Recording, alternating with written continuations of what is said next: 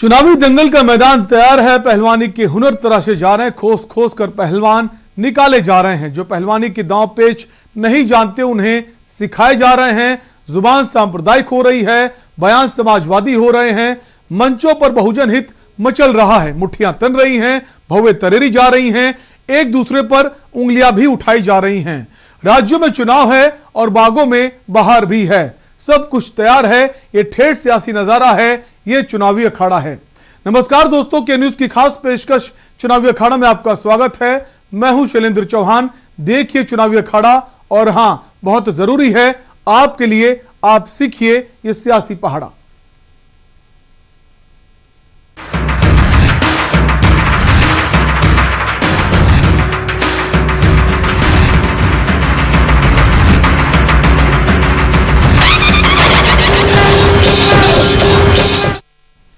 मुलायम सिंह यादव अरसे बाद राजनीति में सक्रिय दिखे। उन्होंने कार्यकर्ताओं को जीत का मंत्र दिया, साथ ही साथ बीजेपी पर जमकर हमला बोला। उन्होंने कहा, लाल टोपी से बीजेपी डर गई है। ये वही लाल टोपी है जब पीएम मोदी ने कहा था, लाल टोपी वालों से सावधान। अब सवाल यही है, बीजेपी मुलायम सिंह के चक्रव्यूह से कैसे निकलती है। चलिए इलेक्शन रूम चलते हैं और जानते हैं नेताजी का क्या दम आज दिखा।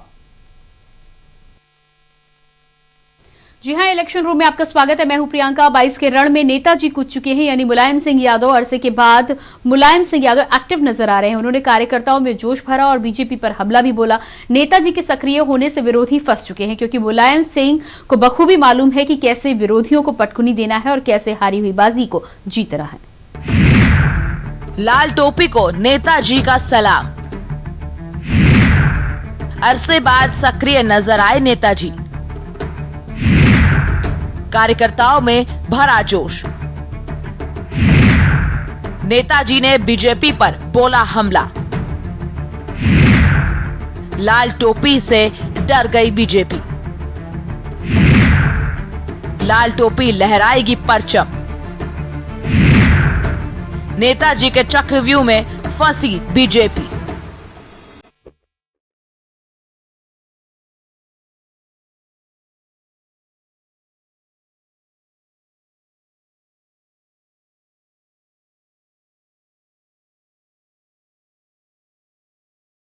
ये राजनीति है, कभी कौन अचानक एक्टिव हो जाए ये किसी को नहीं मालूम। हम बात कर रहे हैं नेताजी यानी मुलायम सिंह यादव की। 2022 के रण में वो कूद चुके हैं, क्योंकि उन्हें मालूम है कैसे किसको पटखनी देनी है।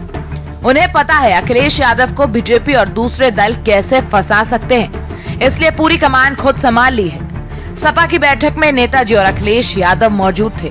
उन्होंने कार्यकर्ताओं में जोश भरा और एक बार फिर लाल टोपी को सलाम किया। नेता ने कहा, ये लाल टोपी खतरनाक है।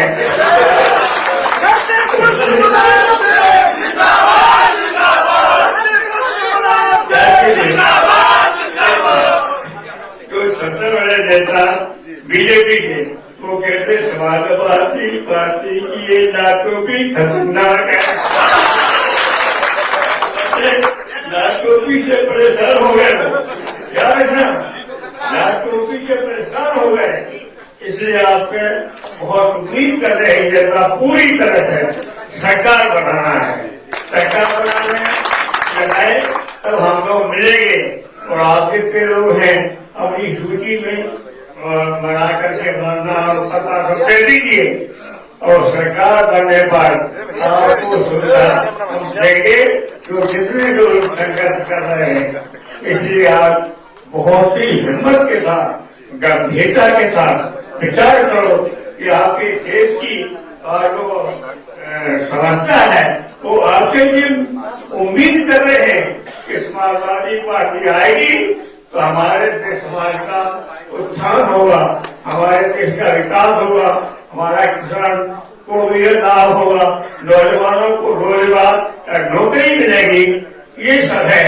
जब आपने देखा पहले भी जब सरकार आई जो मैंने वादा किया था पूरा किया, महिलाओं को जो वादा किया था पूरा किया, नौजवानों को वादा किया था पूरा किया, और सरकार को जो किया था पूरा किया।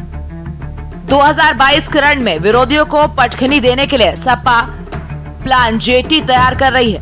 जेटी मतलब जिताऊ और टिकाऊ उम्मीदवार, ताकि विरोधियों को पटखनी दी जा सके। मुलायम सिंह भले ही राजनीति से दूर हैं, लेकिन उनके दिमाग में राजनीति हमेशा चलती है। सपा को मजबूत करने के लिए गठबंधन वाला दांव भी मुलायम सिंह का ही है।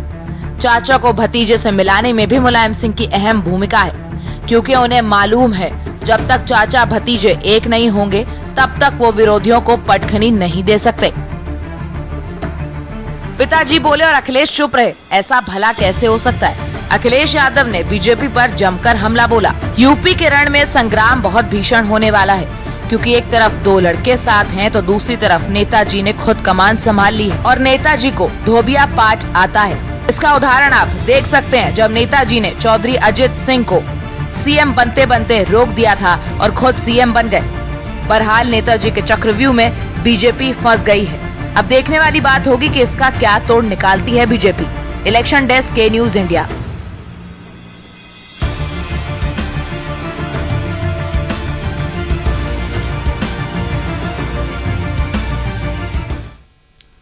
उत्तर प्रदेश 2022 विधानसभा चुनाव का ऐलान हो चुका है। चुनावी राज में अधिसूचना लग गई है। यूपी में धराशायी हो चुकी कांग्रेस को फिर से खड़ा करने में जुटी प्रियंका गांधी को बड़ा झटका लगा है। राहुल गांधी और प्रियंका के बेहद करीबी कांग्रेसी नेता इमरान मसूद समाजवादी पार्टी ज्वाइन करने जा रहे हैं। उन्होंने इसका खुलेआम ऐलान किया है। आखिर क्या है पूरा मामला, बताएंगे इलेक्शन रूम से हमारी सहयोगी। जी हां, इलेक्शन रूम में आपका स्वागत है। मैं हूं प्रियंका। इमरान मसूद पश्चिम के कांग्रेस नेता है, लेकिन इनका भी मन अब डोल रहा है। चुनावी मौसम में वो भी दल बदल का खेल खेल रहे हैं। कांग्रेस का दामन छोड़ अब सपा में शामिल होने जा रहे हैं। सवाल अब उनकी निष्ठा पर उठ रहा है। ऐसे दल बदल नेताओं पर जनता कितना भरोसा करेगी?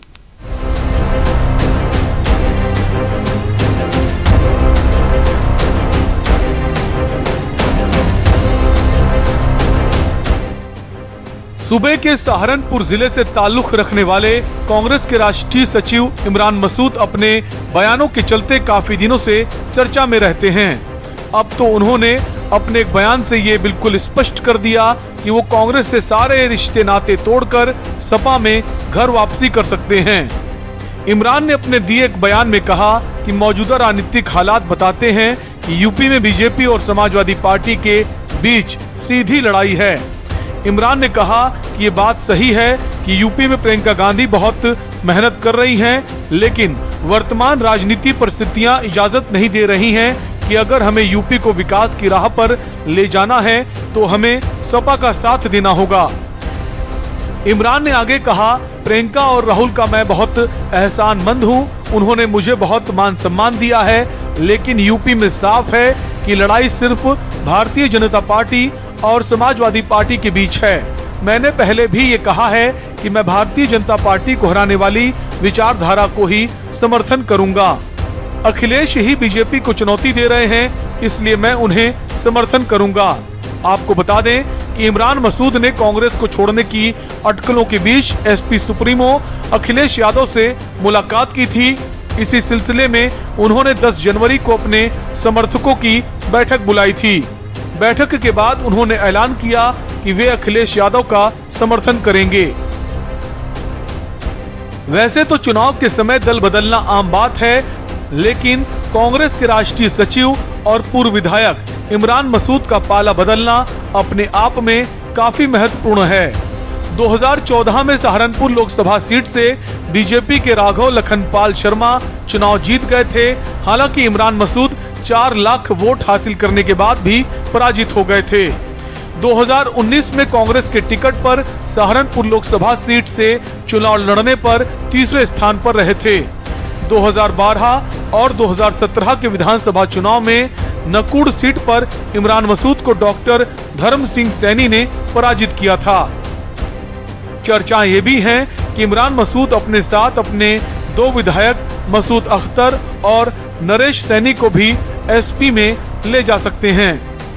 कहा जा रहा है कि समाजवादी पार्टी भी कद्दावर नेता आजम खान की गैर मौजूदगी में चुनाव में उतरने जा रही है। इसी वजह से सपा को भी एक बड़े मुस्लिम नेता की तलाश थी। हालांकि इमरान मसूद का कद सपा के आजम खान जितना बड़ा तो नहीं, लेकिन इमरान मसूद भी पश्चिमी यूपी की कई सीटों पर अच्छी पकड़ रखते हैं। इस वजह से कहीं ना कहीं दोनों की तलाश पूरी हो सकती है।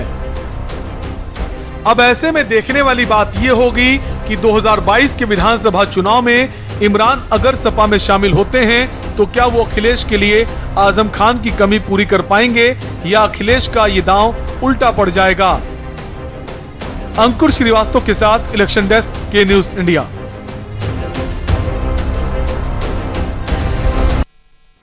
और चुनावी अखाड़ा में वक्त एक ब्रेक का है, आप बने रहिए हमारे साथ, जल्द लौटेंगे।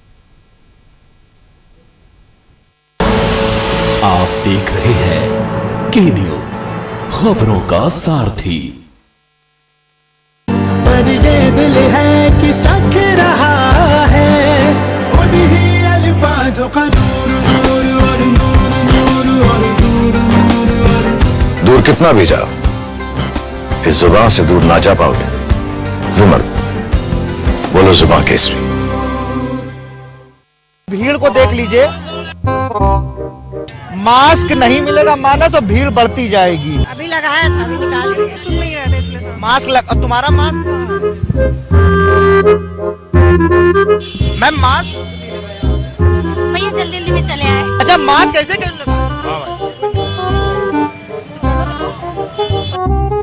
चाची, मास्क कहाँ लगा लिया दोस्त तुमने मास्क? चलो, मास्क लगाना बहुत जरूरी है। मास्क कहाँ है? कहाँ है? मास्क है क्या? बस हंसी होती है मास्क से। अभी चाचा एक सेकंड, ए चाचा, मास्क कहाँ? दी अपने बगल में बगैर मास्क को, यहाँ एक लड़का बैठा था बगैर मास्क। ये क्या है? आप साबित कर दो, आप साबित कर दो, आप साबित कर दो, बहस मत करो। मास्क मैं गाड़ी में भूल आया हूँ अभी। थैंक यू के news for giving this mask, and आप लोग से निवेदन है कि मास्क को जरूर लगाएं।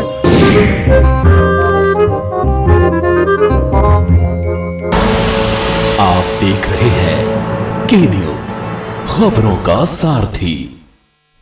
ब्रेक के बाद एक बार फिर आपका स्वागत है। चुनावी अखाड़ा में लखनऊ के गोसाईगंज में सपा अध्यक्ष अखिलेश यादव द्वारा स्थापित भगवान परशुराम का 68 फीट ऊंचा विशाल फरसा स्थापना के 8 दिन बाद ही गिरकर टूट गया। फरसा गिरने के बाद सियासत गर्मा गई है। एक तरफ जहां फरसा गिराने का आरोप सपा कार्यकर्ता भाजपा के लोगों पर लगा रहे हैं, वहीं भाजपा ने भी इस पर कड़ी प्रतिक्रिया दी है। भाजपा का कहना है जो पार्टी भगवान परशुराम का फरसा लगाने में भ्रष्टाचार कर सकती है, वो पार्टी प्रदेश में क्या विकास करेगी। फरसे को लेकर क्या है पूरी राजनीति, बताएंगे हमारी सहयोगी इलेक्शन रूम से। जी हां, इलेक्शन रूम में आपका स्वागत है। मैं हूं प्रियंका। भगवान परशुराम का फरसा टूट चुका है। जी हां, गोसाईगंज में अभी कुछ ही दिन पहले भगवान परशुराम की प्रतिमा का अनावरण सपा अध्यक्ष अखिलेश यादव ने किया था। अब फरसा टूटने की राजनीति गर्म हो चुकी है, यानी शुरू हो गया है फरसा पॉलिटिक्स।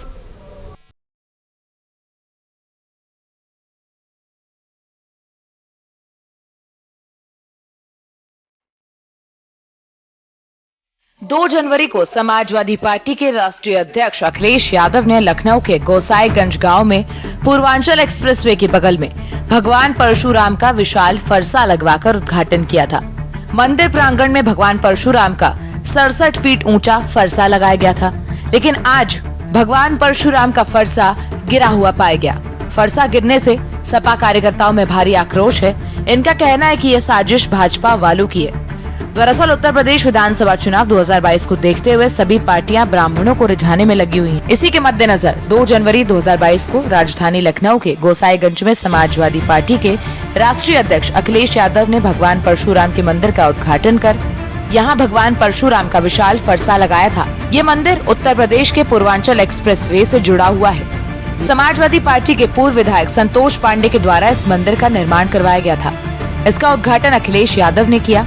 इस मंदिर प्रांगण में लगे भगवान परशुराम के 67 फीट ऊंचे फरसे के गिर जाने से समाजवादी पार्टी के नेताओं और कार्यकर्ताओं में रोष का माहौल है।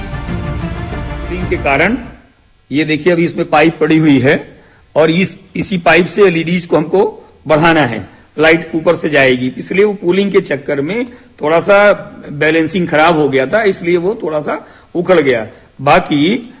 बाकी ये फरसा 1-2 दिन में ही बहुत जल्दी से जल्दी असेंबल हो जाएगा और उसकी खूबसूरती और बढ़ा के उसको ज्यादा जल्दी से जल्दी लगा देंगे।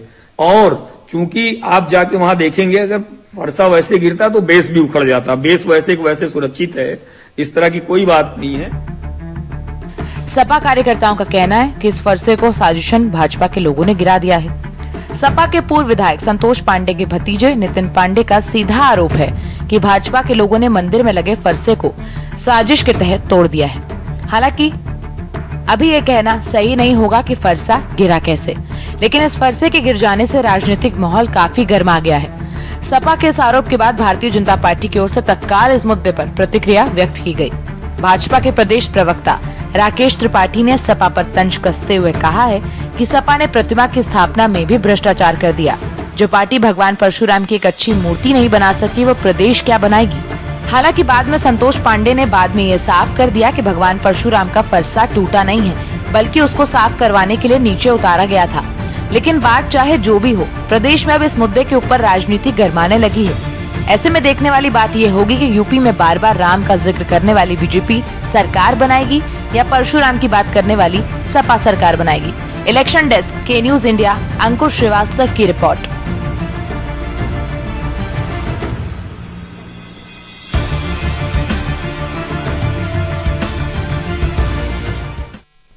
और चुनावी अखाड़ा में वक्त एक और ब्रेक का है, जल्द लौटेंगे।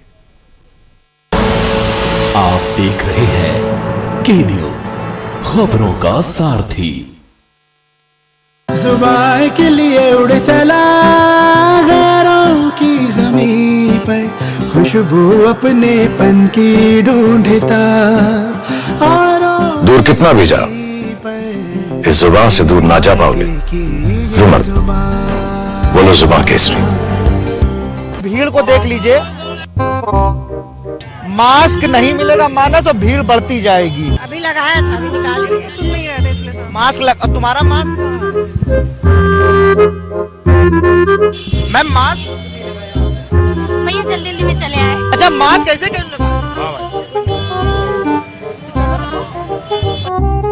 चाची, मास्क कहाँ लगा लिया दोस्त तुमने मास्क? चलो, मास्क लगाना बहुत जरूरी है। मास्क कहाँ है? कहाँ है? मास्क है क्या? बस हंसी होती है मास्क से। अभी चाचा एक सेकंड, चाचा मास्क कहाँ? दी अपने बगल में बगैर मास्क, यहाँ एक लड़का बैठा था बगैर मास्क। ये क्या है? आप साबित कर दो, आप साबित कर दो, आप साबित कर दो, बहस मत करो। मास्क मैं गाड़ी में भूल आया हूँ अभी अपनी। थैंक यू के news for giving this mask, and आप लोग से निवेदन है कि मास्क को जरूर लगाएं।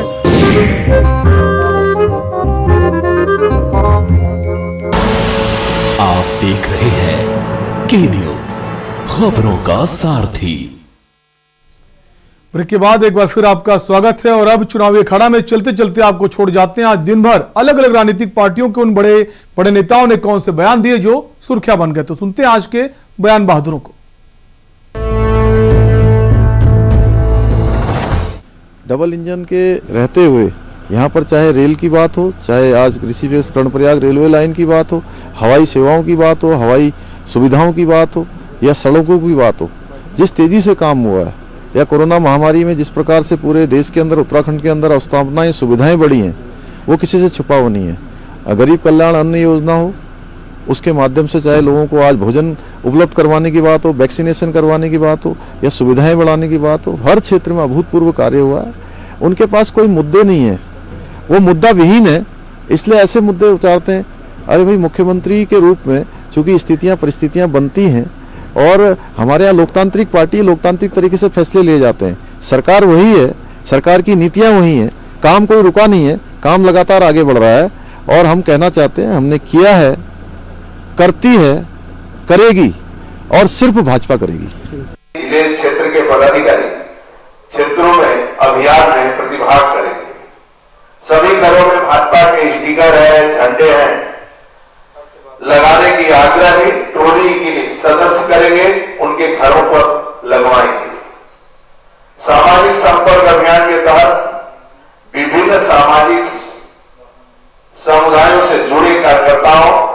कि टोलियां विधानसभा स्तर पर घर घर लोगों के संपर्क से भाजपा से जोड़ेंगे। उत्तर प्रदेश के विधानसभा चुनाव में भाजपा अपनी सरकार के सुशासन, विकास और राष्ट्रवाद के मुद्दे पर जनता के बीच में जाकर वोट की अपील करेंगे। हमें पूरा विश्वास है कि हम एक बार फिर उत्तर प्रदेश में जनता जनार्दन का आशीर्वाद लेंगे और राष्ट्रवाद, विकास के नाम पर वोट मांगेंगे और जनता जनार्दन का भरपूर आदरणीय मोदी जी, आदरणीय योगी जी पर विश्वास और आशीर्वाद स्नेह प्राप्त होगा और हम सब उनके आशीर्वाद से पुनः राज्य में सरकार बनाएंगे और पुनः सरकार बनाकर गरीबों की सेवा करने के लिए सरकार संगठन समर्पित रहेगा और गरीबों की सेवा के लिए हम सब समर्पित रहेंगे। बीजेपी के नेता ने कहा ये लालटू भी खतरनाक है।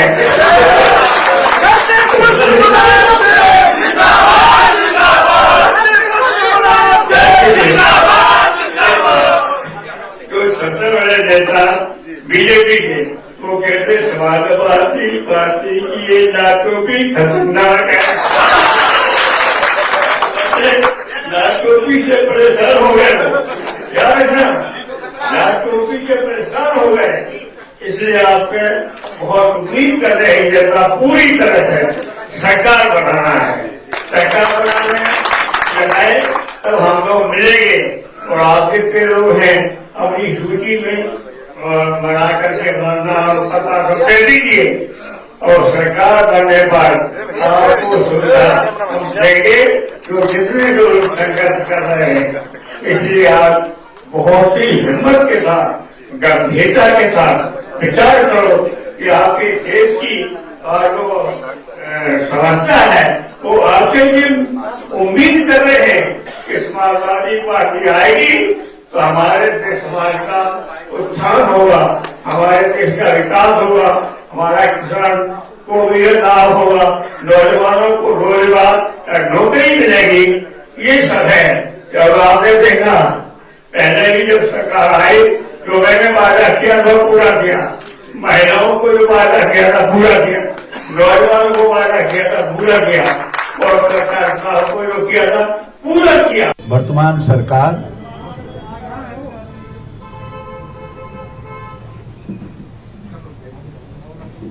इलेक्शन कमीशन के आदेश की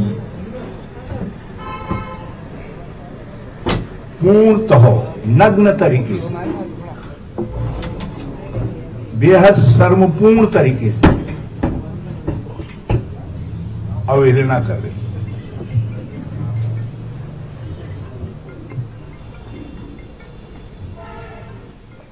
मैंने आपसे शेयर किया था कि किस तरीके से इलेक्शन की घोषणा के बाद, डेट की घोषणा के बाद आबकारी विभाग में एक आदेश निकाला गया और उस आदेश के जरिए किस प्रकार करोड़ों रुपए का खेल